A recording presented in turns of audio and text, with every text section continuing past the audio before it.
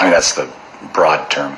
And essentially that was a program that was introduced some 10, 15 years ago to the MPD? I believe it's 10 years now. Okay. And that's using different, like, jiu-jitsu moves or different body control methods versus punching or striking an individual, right? That's correct. And that was a program, again, that you helped develop and found, and you continued to train throughout the Minneapolis Police Department during your time as in the training division, right? That's correct, sir.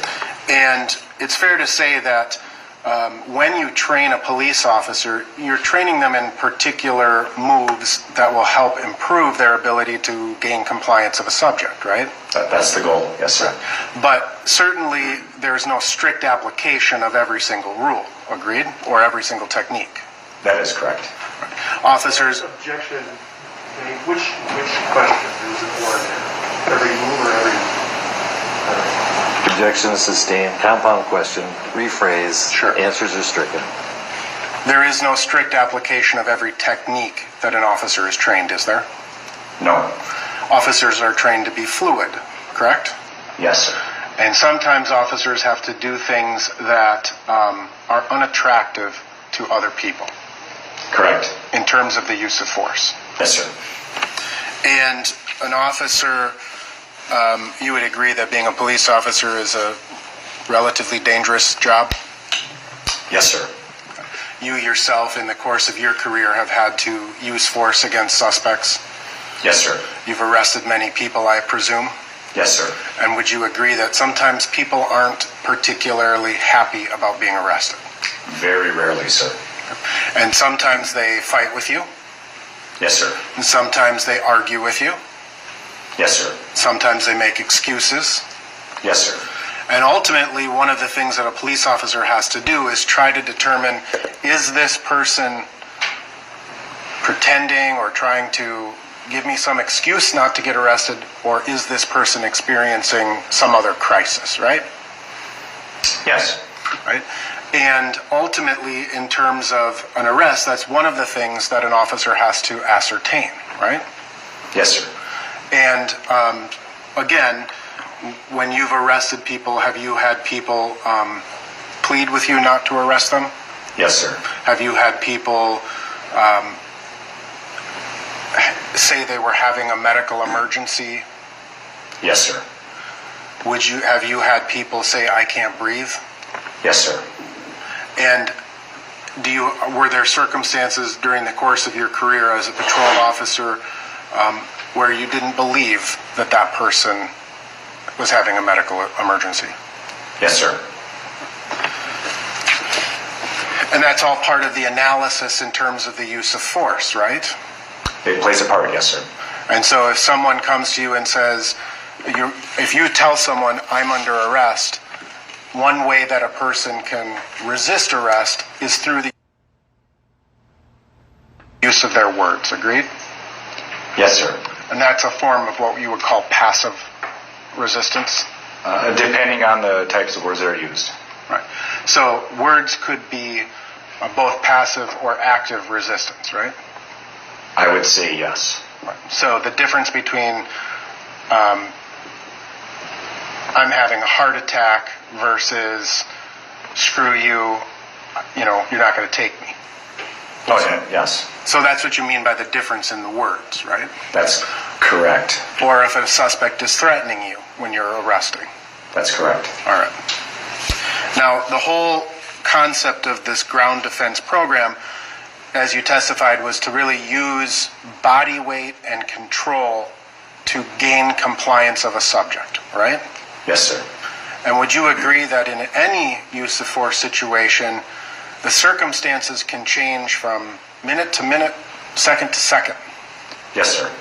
So somebody who is initially compliant can suddenly become non-compliant. That's correct. Somebody who's peacefully going into custody could suddenly become violent towards an officer.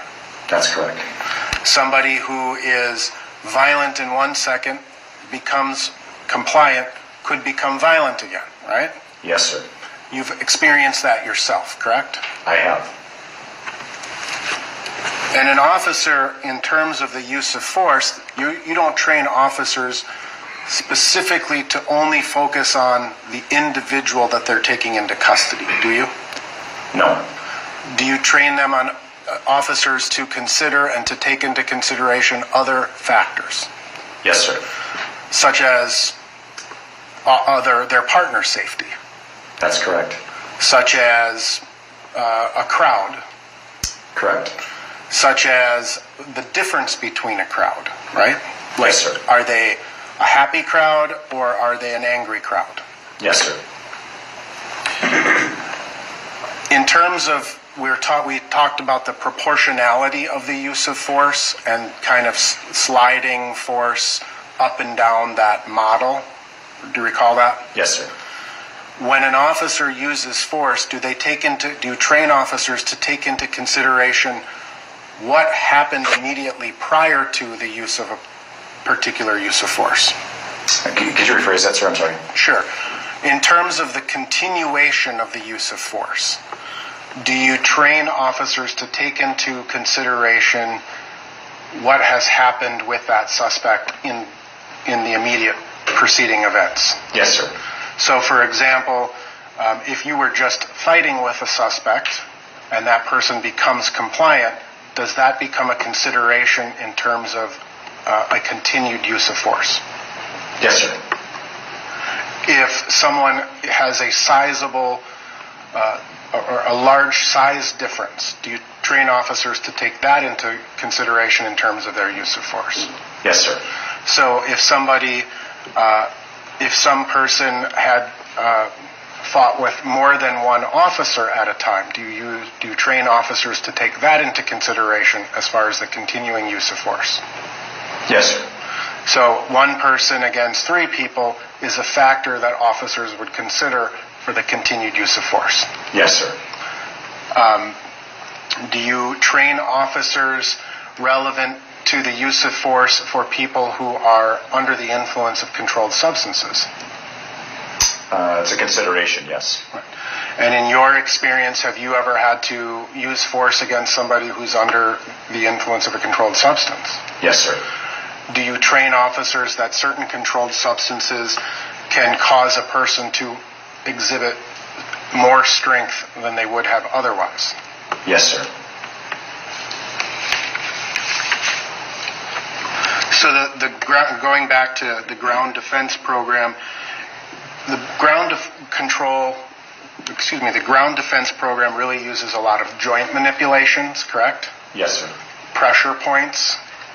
Not so much pressure points with ground control. Okay. Body weight pins. Yes, sir. Using the officer's body weight to physically control an individual, correct? Yes, sir.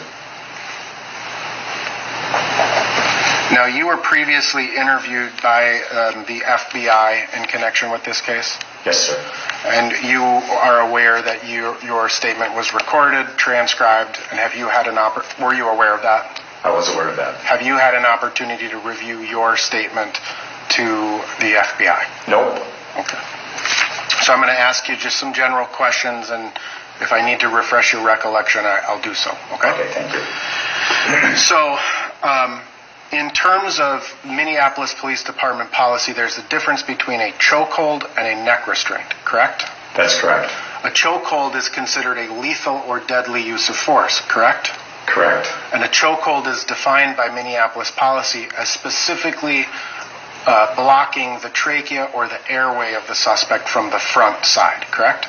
Correct. So essentially what you would kind of think of as almost strangulation, putting your hands around someone's neck and squeezing the front of their neck, correct? Yes, sir. In this